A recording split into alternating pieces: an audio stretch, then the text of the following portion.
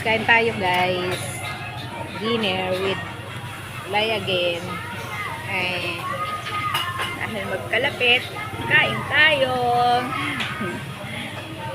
Yan ang mga walang amo. Wala nga amo.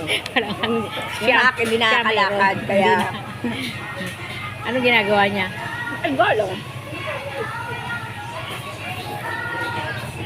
Kwitiyaw goreng. Tsaka kwitiyaw. Yung bahay, yung red na gate. Pagtawid mo dyan, di ba? Oh, sa may next na kanto may red na gate. Yun yun.